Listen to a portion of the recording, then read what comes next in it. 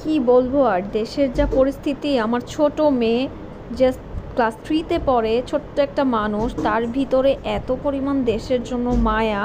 সে painting করে নিজে থেকেই, যে দেশের ফ্ল্যাগের, আমাদের বাংলাদেশের যে পতাকা আছে ওটার ছবির মধ্যে ছাত্রদের ছবি আঁকতেছে। সে ছোট একটা মানুষ, সে বাইরে বেরোতে পারছে না, আন্দোলনে যেতে পারতেছে না, বাট সে প্রতিবাদ করতেছে তার পিকচারের মাধ্যমে। আমি অবাক হয়ে যাই। আমিও একজন মা।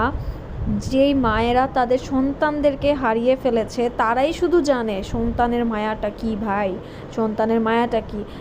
নিউ ফেসবুক হচ্ছে ও অন করেই শুধু দেখি একে মেরে ফেলতেছে, ওকে মেরে ফেলতেছে, এইটা হচ্ছে ওইটা হচ্ছে, যা আসলে ধরে রাখা যায় না।